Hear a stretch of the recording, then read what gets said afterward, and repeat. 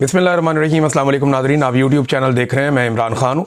नाज़रीन, मैं ट्रैवल कर रहा था तो थोड़ी सी ये प्रॉब्लम रही बीच में, लेकिन अब रेगुलरली आप मेरा प्रॉपर तरीके से जो वीलॉग है वो सुन पाएंगे, क्योंकि मैं अपनी डेस्टिनेशन पे पहुँच गया हूँ। मैं जापान के दौरे पर आया हूँ और जापान में यहाँ मेरी बहुत सारे सहाफ़ियों से भी मुलाकात होगी, मकामी कम्युनिटी से भी मुलाकात होगी, जो यहाँ की बिज़नेस कम्युनिटी है उनसे भी मुलाकात करेंगे। कुछ सीखने के लिए मिलेगा, कुछ बात करने के लिए मिलेगा। ओवरसीज़ पाकिस्तानियों के साथ ह्यूमन राइट्स के हवाले से कुछ प्रोग्राम है, वो भी हम यहाँ पे करेंगे इंशाल्लाह। लेकिन जो बड़ी डिस्कशन इस वक्त पाकिस्तान में चल रही है, वहीं से हम आगाज़ करते हैं कि जनरल फैज़ अकेला क्यों, जनरल बाजवा उसके साथ नत्थी क्यों नहीं हुआ। यानी अगर कोई जनरल फैज़ से सबसे ज़्यादा फैज़याब हुआ तो वो शरीफ ख़ानदान है। अगर किसी ने जनरल फैज़ और जनरल बाजवा से सबसे ज़्यादा फ़ायदा उठाया तो वो ख्वाजा आसिफ है, और ख्वाजा आसिफ ही आज सबसे ज़्यादा जहर उगल रहा है। आसिम मुनीर जो फील्ड मार्शल है इस वक्त, उन्हें ये बयानात ज़रूर देखने चाहिए और याद रखना चाहिए कि यही ख्वाजा आसिफ एक दिन फील्ड मार्शल आसिम मुनीर को भी गाली देगा और फील्ड मार्शल आसिम मुनीर को भी बुरा भला कहेगा, और ये कहेगा कि जो इंडियन तैयारे गिरे हैं ये तो शहबाज शरीफ ने और हमने बड़ी मेहनत से गिराए और बड़ी कोशिश की, और आसिम मुनीर तो इस चक्कर में ही नहीं आ रहा था, वो तो गायब हो गया था।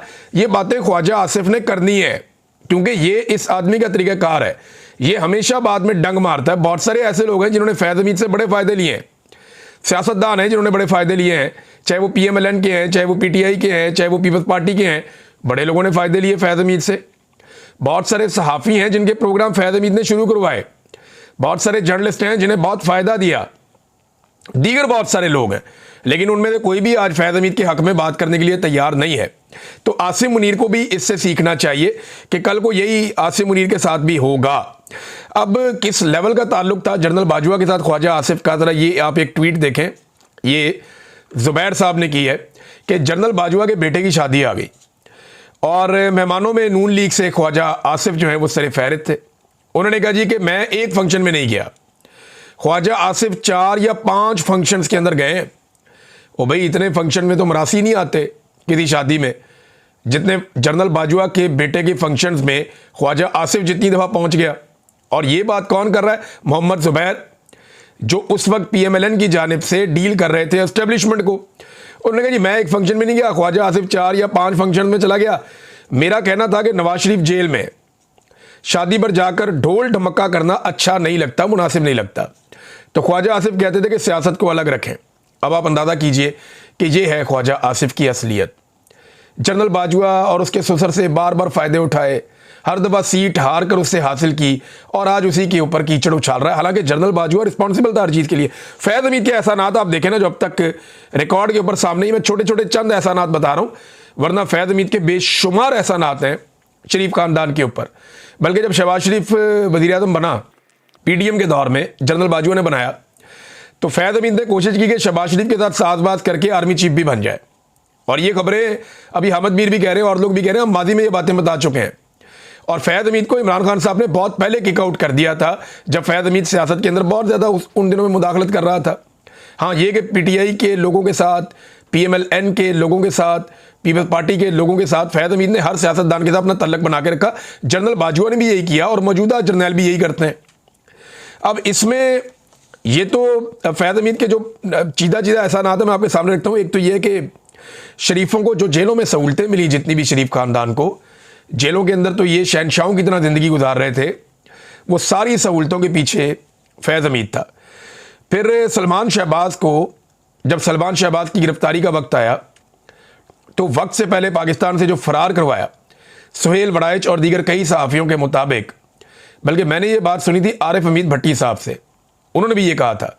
ये खबर सबसे पहले शायद आरिफ हमीद भट्टी साहब के पास थी, उन्होंने शायद दी भी थी ये खबर, लेकिन मैंने उनके मुंह से भी सुना कि सलमान शहबाज को पाकिस्तान से फरार करवाने में फैज़ हमीद का हाथ था।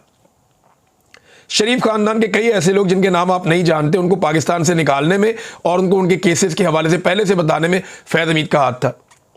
ये विकेट के सारी तरफ खेल रहा था। तो फैज़ हमीद ने बड़े एहसानात किए हैं। इसके बाद जो नवाज शरीफ को जाली जो प्लेटलेस रिपोर्टें थी, वो किसने बनाकर दी, किसने निकाला नवाज शरीफ को पाकिस्तान से बाहर? उस वक्त DG ISI फैज़ हमीद था। फैज़ हमीद जून 2019 में DG ISI बनता है, अगस्त में डील शुरू होती है नवाज शरीफ की, और नवंबर में नवाज शरीफ को पाकिस्तान से बाहर निकाल दिया जाता है। पाकिस्तान की नहीं, दुनिया की तारीख का वाहिद कैदी है जिसको इलाज के लिए निकाला गया, सजा याफ्ता कैदी था और उस जुरिस्डिक्शन से ही बाहर भेज दिया गया, यानी उस अदालत की हद से ही बाहर निकाल दिया गया कि भेज दो किसी और मुल्क में जहां पे हमारी अदालत काम ही नहीं कर सकती। ये जनाब हमने खुद देखा, ये हुआ। फैज़ हमीद ने एहसान अजीम किया नवाज शरीफ के ऊपर। हर ज़िमनी इलेक्शन में फैज़ हमीद के दौर में नून लीग को जितवाया गया और इमरान खान के खिलाफ जो रजीम चेंज ऑपरेशन हुआ वो जनरल बाजवा, जनरल फैज़ और जनरल नदीम अंजुम ने मिलकर किया। ये बात कई सियासतदान बता चुके हैं और ये बात फजल रहमान साहब बतौर गवाही, एक मौलवी हैं, वो भी इसके ऊपर एक गवाही दे चुके हैं कि जनाब इन्होंने मिलकर किया था रजीम चेंज ऑपरेशन। इमरान खान को निकालने में दोनों जर्नैल, नदीम अंजुम का तो रोल सबको पता है, ये सारे मुलव्विस थे और इन्होंने इमरान खान को निकाल कर दूसरी हुकूमत बनवाई भी थी और हम क्योंकि वो कर रहे थे लिहाजा हमें पता है, तो फजल रहमान साहब ने मुंह के ऊपर बता दिया और खुलकर बताया ये बात। अब इमरान खान के लिए नाज़रीन पूरी दुनिया से आवाज़ें उठ रही हैं। ख़ास तौर पे यूनाइटेड नेशन के ख़ुसूसी नुमाइंदा हैं, उन्होंने आवाज़ उठाई इमरान खान के हक़ में।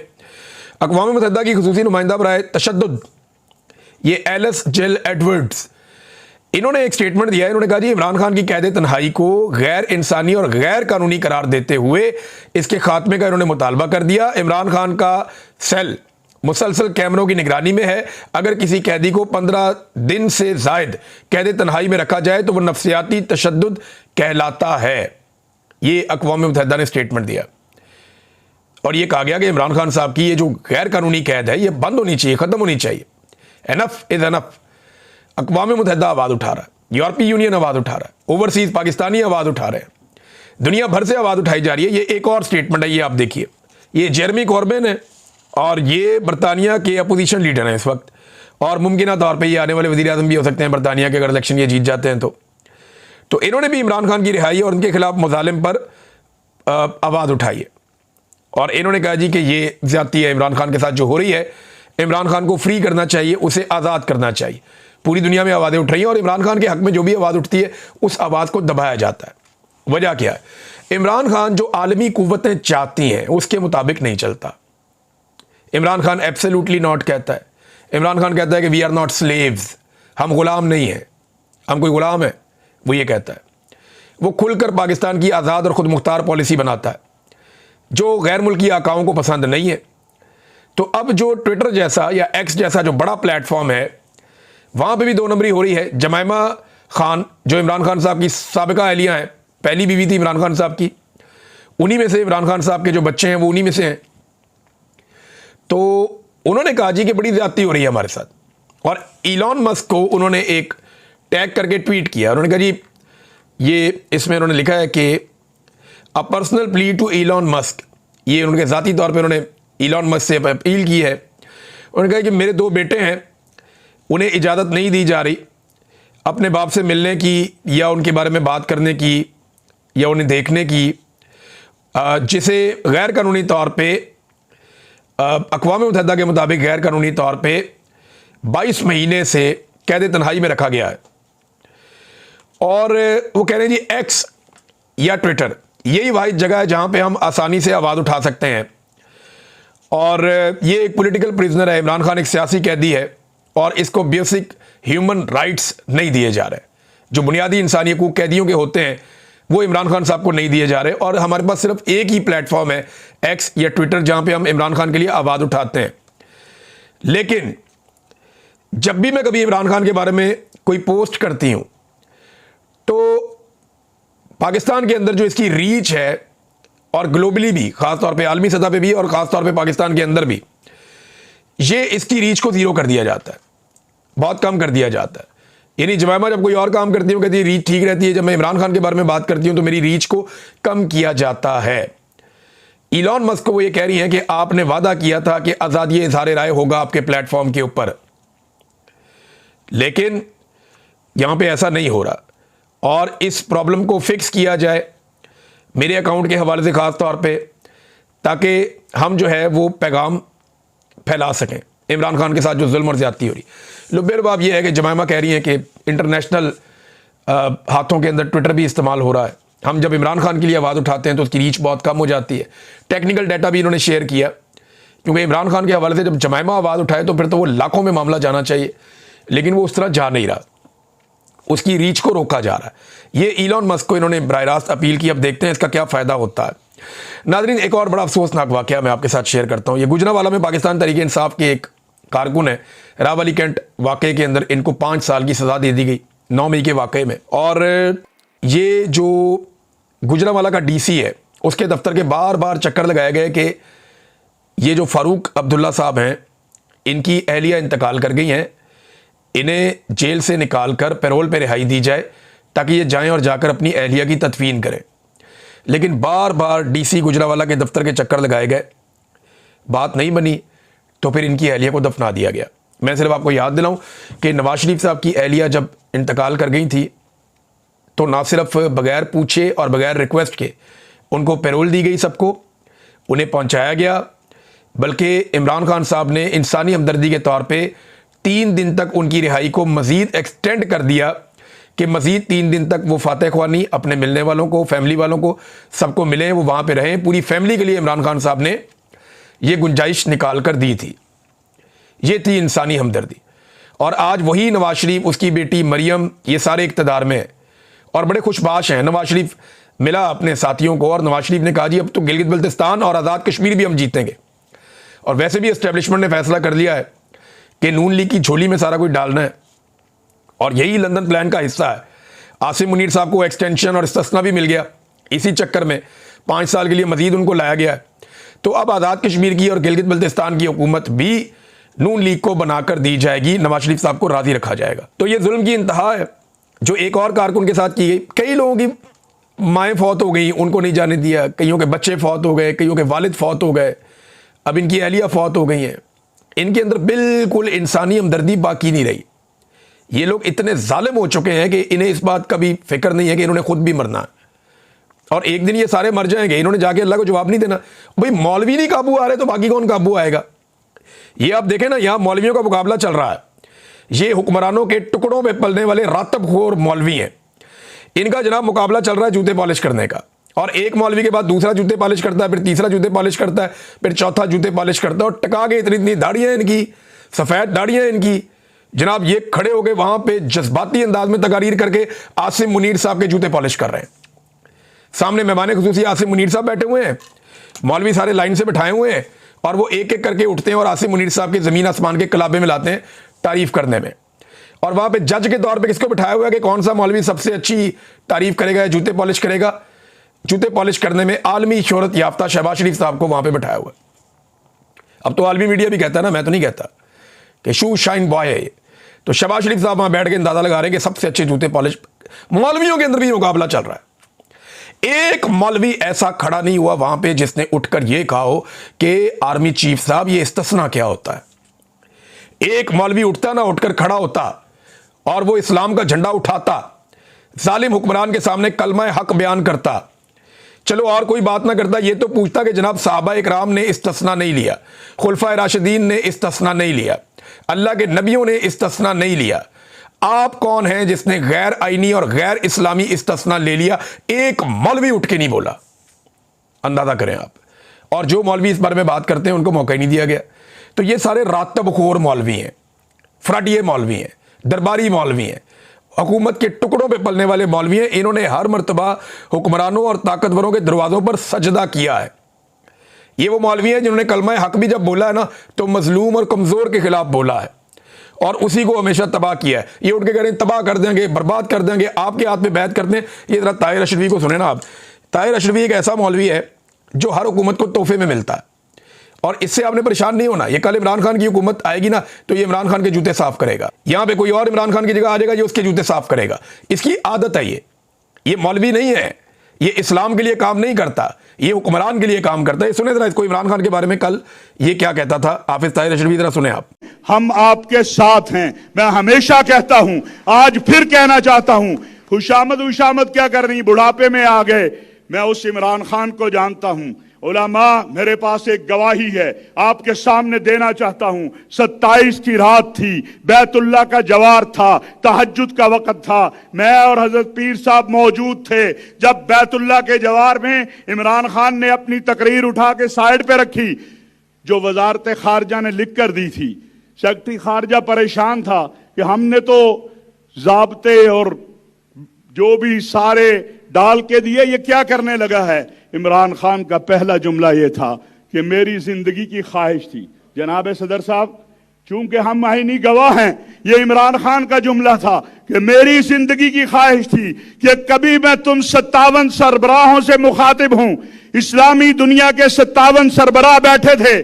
कहा मेरी ख्वाहिश थी मैं कभी तुमसे मुखातिब हो जाऊं और तुमसे एक गुजारिश करूं, एक अर्ज करूं, एक इल्तिजा करूं कि आओ आका की नामूस के लिए आलमी सतह पर कानून साजी करवाएं। अक़वाम मुत्तहिदा के अंदर, ओआईसी के अंदर, क्या वो इमरान खान किसी गुस्ताख रसूल, किसी कादियानी नवाज का हामी हो सकता है? और मेरे अजीजों, हम भी बाल सफेद हो गए। जो अक़वाम मुत्तहिदा में वो कह आया है, उसके बाद किसी और चीज की जरूरत नहीं है। उसने अक़वाम मुत्तहिदा में कह दिया हम उस मोहम्मद अरबी सल्लल्लाहु अलैहि वसल्लम के मानने वाले हैं जो एक अल्लाह पे यकीन रखता है, अपनी जान तो कुर्बान कर सकते हैं, अपने कश्मीरी भाइयों को छोड़ नहीं सकते। इसके बाद मैं आखिरी बात कह के खत्म करना चाहता हूं।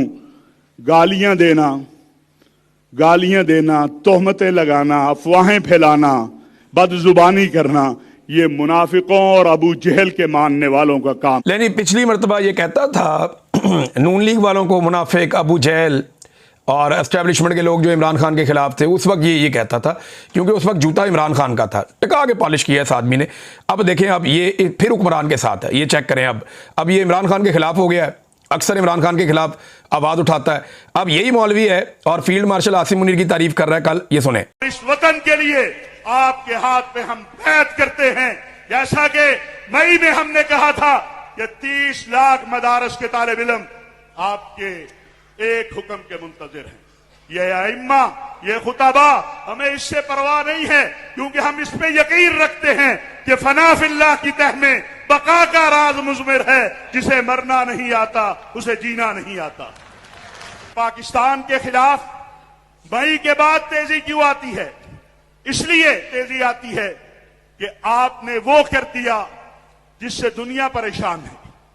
ये अल्लाह की मदद से और इस कौम और फौज के इत्तेहाद से हुआ। इंशाअल्लाह ये मेहराब व मिंबर कल भी आपके साथ था, आज भी आपके साथ है, आइंदा भी आपके साथ होगा। कि बहुत सारे अरब मुमालिक के यफैन कहला रहे हैं, आप जुनूदुल हरमैन शरीफैन कहला रहे हैं। लेकिन ये मौलवी है और ये हर एक को तोहफे में मिलता है हुकूमत में। जिसकी भी हुकूमत आ जाती है, कल किसी की भी हुकूमत आएगी, ये वहां पे भी ऐसी तारीफें कर रहा होगा। लेकिन इनको डर नहीं लगता मौलवियों को। इन्होंने अल्लाह रब्बुल इज़्ज़त को जाकर जवाब नहीं देना। इस्तिस्ना के बारे में कोई मौलवी पूछता नहीं था। मुझे तो खौफ है इन मौलवियों के बारे में। अल्लाह रब्बुल इज़्ज़त तो इनसे सवाल करेगा कि भाई तुम हुक्मरानों के दरवाज़ों पे जाके बजाय कलमा हक बयान करने के तुम वहाँ पे तारीफ़ों के पुल बांध के आ जाते थे। वो अपने इस्तिस्ना ले रहे थे, वो करप्शन कर रहे थे, इंसानी हकूक़ की पामालियाँ कर रहे थे, औरतों और बच्चों को सड़कों पे घसीट रहे थे, चादर और चार दीवारी का तकद्दुस पामाल कर रहे थे। पूरी आवाम का उन्होंने मैंडेट चोरी कर लिया, लोगों की जेबों पे उन्होंने डाके डाले, पाकिस्तान की इकॉनमी का और हर चीज़ का उन्होंने बेड़ा गर्क कर दिया। जाकर एक मौलवी ने नहीं पूछा ये बात कि आप इसराइल की हिफाजत के लिए गजा में फौज क्यों भेज रहे हैं। एक मौलवी ने नहीं पूछा। कैसे ये बेशर्म लोग हैं। और भाई मैं ना पूछूं तो चलो, मेरी तो मैं कह दूंगा मैं मौलवी थोड़ी था। मैंने तो इस्लाम का ठेका नहीं लिया, इन्होंने तो ठेका लिया हुआ इस्लाम का। एक मौलवी खड़ा नहीं हुआ जो उठकर आसिम मुनीर से पूछता कि जनाब शहबाज शरीफ, आसिम मुनीर, आप दोनों बैठे हैं और भाई बताएं आप गजा में फौज क्यों भेज रहे हैं, किससे असला छीनना चाहते हैं, मुसलमानों को गैर मुसल्लह करके आप किसका फायदा करना चाहते हैं, इसराइल की हिफाजत की, उनकी सरहदों की जिम्मेदारी आप क्यों उठाना चाहते हैं। एक मौलवी ने नहीं पूछा। ये ऐसे फ्रडिये मौलवी पाकिस्तान को मिल गए बदकिस्मती से। कुछ और खबरें हैं नादरीन, मैं आपके साथ शेयर कर देता हूं और बाकी चीज़ें आपको नेक्स्ट वीलॉग में बताऊंगा। मेरे पास काफ़ी कुछ है अभी आपको बताने के लिए। बहुत सारी खबरें हैं, तकरीबन 15 के करीब खबरें थी, लेकिन अभी मैं आपको बताता हूँ शहबाज शरीफ ने आलमी सतह पे एक मरतबा फिर बेइज्जती करवा दी है। ये गए हुए हैं दौरे पे, वहाँ इनकी मुलाकात थी। एक तो इनको खड़ा करते हैं हमेशा पीछे दूर। अब ये कहेंगे पी से पाकिस्तान है तो पाकिस्तान की बारी पीछे दूर जाके आती है। नहीं जी, आर से रशिया भी है तो रशियन जो है, और टी से तुर्की भी है। और तुर्की और रशिया अगर पहली लाइन में खड़ा हो जाता है सामने आकर, तो पाकिस्तानी वजीर आजम क्यों पीछे बढ़ जाता है? भाई इमरान खान को तो आगे रखते थे फ्रंट के ऊपर, वो अक्सर इमरान खान आगे नजर आ जाता था, कभी पीछे भी, लेकिन ज्यादातर आगे नजर आता था, बीच में नजर आता था, मरकज में नजर आता था, इज्जत देते थे उसे। शहबाज शरीफ को उठा के छोटा करता, पीछे फेंकते, नजर भी नहीं आता। प्यूटन ने 40 मिनट इंतजार करवाया इंटरनेशनल मीडिया के मुताबिक। शहबाज शरीफ ने मिलना था, वहां चले गए। सरबराह मुमलिकत को इंतजार नहीं करवाया जाता, एक एक मिनट तय होता है। ऐसा लगता है डेलिबरेटली किया गया। दुनिया मजाक उड़ा रही है कि ये डिप्लोमेटिक एम्बेरसमेंट है। इंडियन मीडिया बहुत ज्यादा मजाक उड़ा रहा है, इस मामले को बहुत उठा रहा है। इसके ऊपर पाकिस्तानी दफ्तर खारजा को जवाब देना चाहिए कि क्या वाकई प्यूटन ने 40 मिनट तक शहबाज शरीफ साहब को खड़ा करके इंतजार करवाया? और शहबाज शरीफ एक जबरदस्ती मिलने वाला आदमी बन चुका है। यानी हम लोग इसको जानते हैं ना, कई लोग आते हैं, हमें अचानक मिलते हैं और वो तस्वीर का पोज इस तरीके से बनाते हैं जैसे हमें लगता है कि ये, और जब हम बाद में तस्वीर देखते हैं तो हमें लगता है जैसे ये आदमी हमारे साथ बचपन से, हमारा लंगोटिया दोस्त है, शुरू से हमारे साथ है। यानी वो आएंगे अचानक से, एक लम्हे के लिए कंधे पे हाथ रखेंगे, चेहरे पे मुस्कुराहट लेके आएंगे, हाथ ऐसे पकड़ेंगे जैसे बड़े बेतकल्लफ होंगे, तस्वीर खिंचवाते ही नॉर्मल हो जाएंगे। और वो तस्वीर बाद में ऐसा शो करते हैं जैसे कि बचपन से वो हमारे साथ है और हमारा एक पुराना ताल्लुक है। लोग ऐसा करते हैं। तो शहबाज शरीफ इसी तरह का एक जबरदस्ती मिलने वाला आदमी बन गया। ये चीप हरकतें शहबाज शरीफ साहब कर रहे हैं। ये हंस हंस के पोज बनाते हैं सारे हुक्मरानों को मिलके, और सरमायाकारी क्या आ रही है? सिफर। जितनी शहबाज शरीफ ने फोटो में बनवाई ना, फी फोटो पे भी $1 मिलियन आते ना, तो पता नहीं कितना पैसा पाकिस्तान में अरबों डॉलर आ जाते। लेकिन ये सिर्फ तस्वीरें आ रही हैं, पैसा पाकिस्तान में कोई नहीं आ रहा। फलक जावेद साहिबा ने बताया कि जेल में यास्मीन राशिद साहिबा की तबीयत बहुत खराब है, 3 दिन से वो सख्त बीमार है और उनके लिए दुआ की अपील की है। हुकूमत से तो हम रहम की तवक्को कर नहीं सकते, इंसानियत की तवक्को कर नहीं सकते, आईन और कानून की तवक्को कर नहीं सकते। आप सबसे गुजारिश है कि यास्मीन राशिद साहिबा के लिए दुआ करें। वो बीमार है, जेल में, उनकी तबीयत ठीक नहीं है। अल्लाह रब्बुल इज़्ज़त उन्हें सेहत और तंदुरुस्ती अता फरमाए। सोराब बरकत साहब अभी तक कैद में है।